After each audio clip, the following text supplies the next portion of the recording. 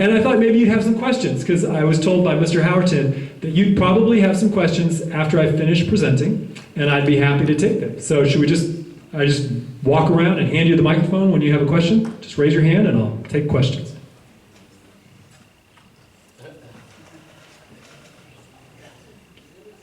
I'm glad you enjoyed it. And this man is asking the first question, which is always the toughest.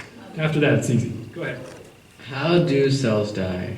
Okay, well, cells die either of two ways. One is they do it on purpose.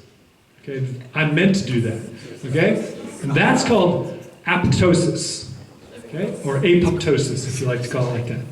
And that's when the cell knows it needs to die for a variety of reasons. Number one, it might know it needs to die because it's infected with a virus, and it wants to die before the virus hijacks the cell and makes tons more viruses.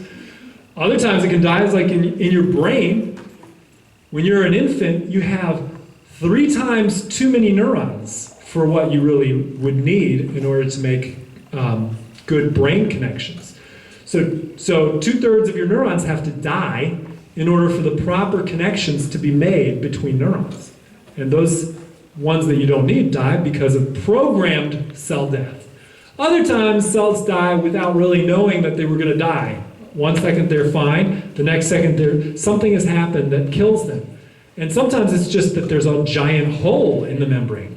Okay? And so for example, diphtheria toxins if you have diphtheria, you get a big giant hole in the membrane. Okay? Other times, it might be that the cell gets a virus, doesn't know about it, the virus gets so much inside of it, and when the virus explodes out of the cell, it just destroys the membrane. So usually cells die because the membrane integrity dies. A few times it can die because a toxin shuts down all of the ATP production, and so the cell just doesn't have any energy. But most of the time, it's something about the membrane. That is a great question. What's your name, by the way? Ollie. Thank you, Ollie, for asking the very first and always most difficult question. Now we're up for everybody. Anybody else want to ask questions? Yes, I see a hand in the back, or right here. Is there a way to change the rate that this happens, like to change how quickly or how slowly it happens to encourage or stop cell growth? Yes, that's why artificially given hormones are so powerful, because you could inject some cow or beef cattle with this hormone, and they will suddenly start putting on muscle mass, okay? And then they will be obviously worth more money because they will weigh more and you can sell more meat.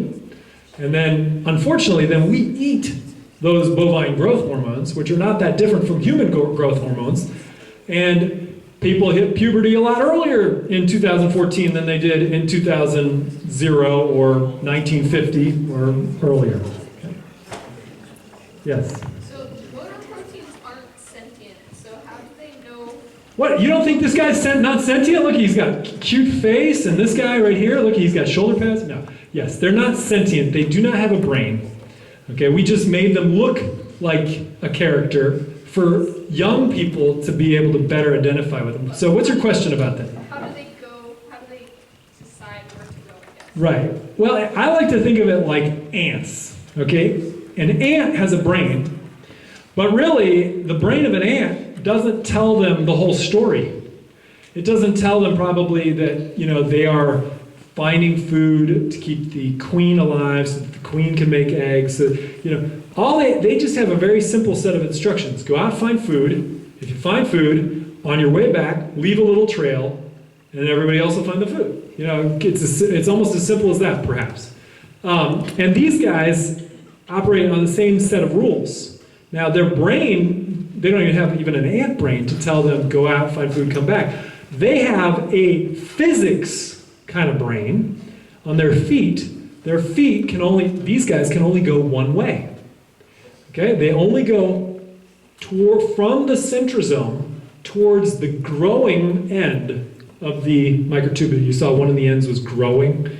These guys can only go that way. Okay, so what happens when the vesicle, which is this blue thing, gets to the end? Or if they're carrying a mitochondria, what happens to the mitochondria when they get to the end? How does it get back? Doesn't. Well, guess what? There's another protein called dynein. And if you watch Cell Side Story, you'll see this character right here, Kenny Twist. Kenny Twist is a kinesin. His friend is named Di. He's a dynein. And Kenny Twist and dynein are in the cytoplasm. And Dina, the DNA, is in the nucleus. Okay, so it's kind of like West Side Story, if you know that show, which is just Romeo and Juliet. The guys in the cytoplasm were not allowed to be with the guys in the nucleus because there was the nuclear pore keeping them apart. Okay, so that's the whole premise of this little short 3-minute animation that was done right here at Atkins High School. But that's where they got the name. Yes, Cell Side Story, West Side Story. I was wondering how the two were related. Yes, it was related. And in fact, it was related through another spin-off of Romeo and Juliet. Can you guys guess? This was 2005. So what do you think the high school students at Atkins were interested in 2005? High School Musical. One person had seen High School Musical like 87 times. So we decided we'd have to do something that was like High School Musical, which is like Romeo and Juliet, which is like West Side Story. So that's how we ended up with that. Now, does that answer your question? Kinesin walks this way. Dynein walks this way. If you can control, like with a hormone molecule, which one wins, then you can control which way the mitochondria or the vesicles go. And it's far more complicated than that because there's all these little controls. But it's just like physics because you set them in the right direction and they go where they need to go. Okay, you have a question, you have a question, and you have a question. We'll just go boom, boom, boom. So what happens if kinesin or dynein gets to the end? What happens? Okay, well, did you notice, you probably didn't, this thing has a little hinge right in the middle. When he gets to the end and he doesn't have anything to put his feet on, he automatically folds up like a jackknife. Then he becomes just a hitchhiker on the way back. Oh. Isn't that cool? All right, what about your question? What gives the motor proteins their power? What do you think powers the motor protein? ATP. Get your ATP and do your JOB, right? And these guys don't take their ATP through their mouths, okay? Right here, there's no mouth, of course, we just made that for fun. They take their ATP in through their feet, okay? Because that's where the motor's happening, okay? They don't power themselves with their thigh muscles. They don't have thighs. They power it with their ankles. Their ankles bend forward every time they get an ATP, and when it flies out, it goes back up. So they go forward, up, and that's how they move along. Okay? Now you had a question over here. Oh, no. Go ahead, just ask. When he talked about cells being able to die, is there a way that cancer cells in that way could die if they know that they have cancer, they could kill themselves off? That would be awesome. Awesome. I'll put up the last slide now. There was one more slide that I wanted to show. If you actually go all the way to the last slide. I do a lot of scientific visualization. There was one movie that I was going to show you that actually I helped create. It was for a movie that was shown, I think, in 2009. And they had a short segment in it that was computer animated, stuffed inside the cell. And I got to help with it right here in Winston-Salem. One of the local animations companies called Out of Our Minds Studio helped with that. And they were using me as a scientific consultant. It was really fun to get to work on a Hollywood movie. That's not it. We'll go one more, maybe just advance to the very last slide.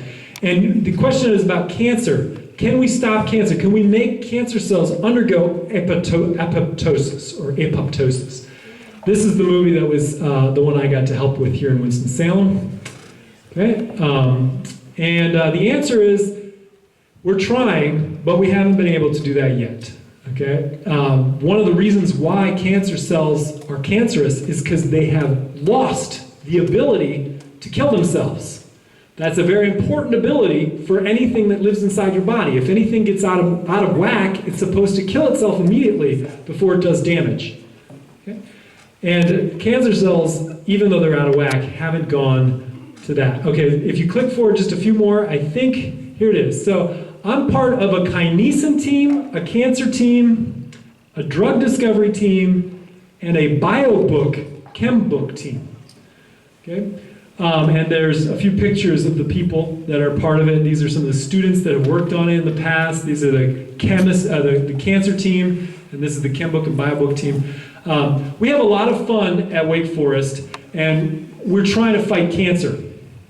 And that would be awesome. Maybe you will be the one to figure out how to make the cancer cells die. These are great questions, and I think we have another 10 minutes. So we've got enough time for several more questions. So how does the ATP figure out how to go to the motor proteins to give them energy to walk? That's a great question. Remember how I showed you the cloud of calcium that was floating around? Calcium is a small molecule, and it can go everywhere in the cell within a second because it's so small. ATP is a little bit bigger, but not too much bigger, so it can go a lot of places. And if it starts off, pretty much everywhere already, it can get to the nearest motor protein within a fraction of a second, milli or microsecond.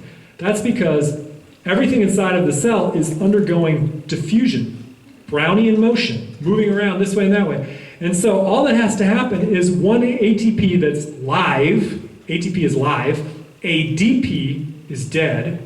Okay, so a live bit of energy, ATP, comes in, hits the foot. The foot will kind of have just a perfect little pocket for ATP, just like the hormone molecule had a perfect little pocket. And it'll go in there, and then it'll spring apart into ADP and a phosphate, and that'll do the work of changing the position of the ankle, bending it forward, bending it straight, bending it forward, bending it straight. So every time an ATP comes into the foot, it undergoes one cycle of stepping. It's not really controlled by anything, it just happens to... It just happens, it just randomly hits there, but there's so many little ATPs and it's going so fast, boom, it's like a little cloud of bees swarming around.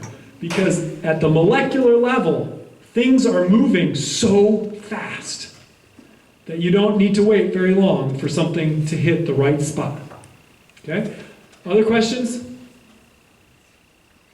Questions? Yes, right here. Is there a way to accelerate cell death, like catch it before it actually becomes a problem? To stop it before the cell death becomes a problem?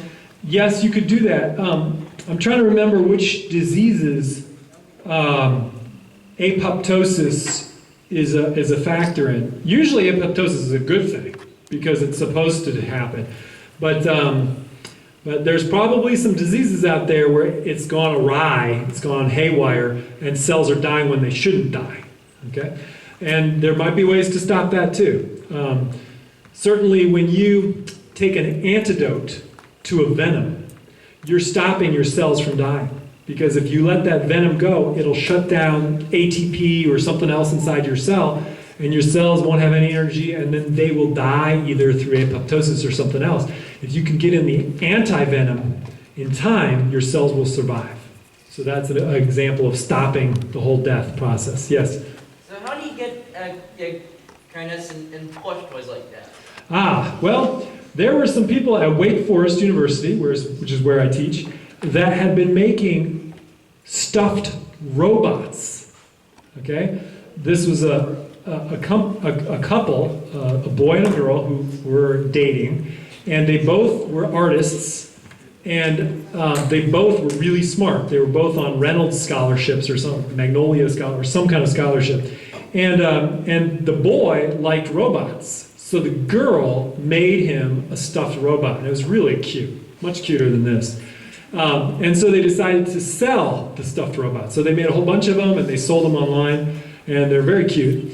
And when I saw that they were doing that, I said, well, can you make me a kinesin? So they used the same process and made a kinesin plush toy, and I thought I could sell these at scientific conferences for like $50 each. I did sell a few, but I didn't sell that many, so I stopped trying. How much does people buy plush toys for $50? Well, but they're handmade, and that's the cheapest we could sell them. Each one, I think, cost $20 to make or $30 to make, so we had to sell them at a profit. Yes? Like giving them away for free. Well, I could have given them away for free easily at scientific conferences, but then I'd be out $30 per time I gave it away. So, yes? When the mitochondria makes the ATP, does it just go wherever it needs to by physics? When the mitochondria makes ATP, does it just go everywhere? Yes. Just like you were asking, it goes everywhere because of diffusion. It just diffuses. Every little tiny molecule just goes like a cloud and diffuses. Just like if I opened up a perfume bottle, you guys would smell it in the back of the room because it would just go there automatically. That's what happens to ATP.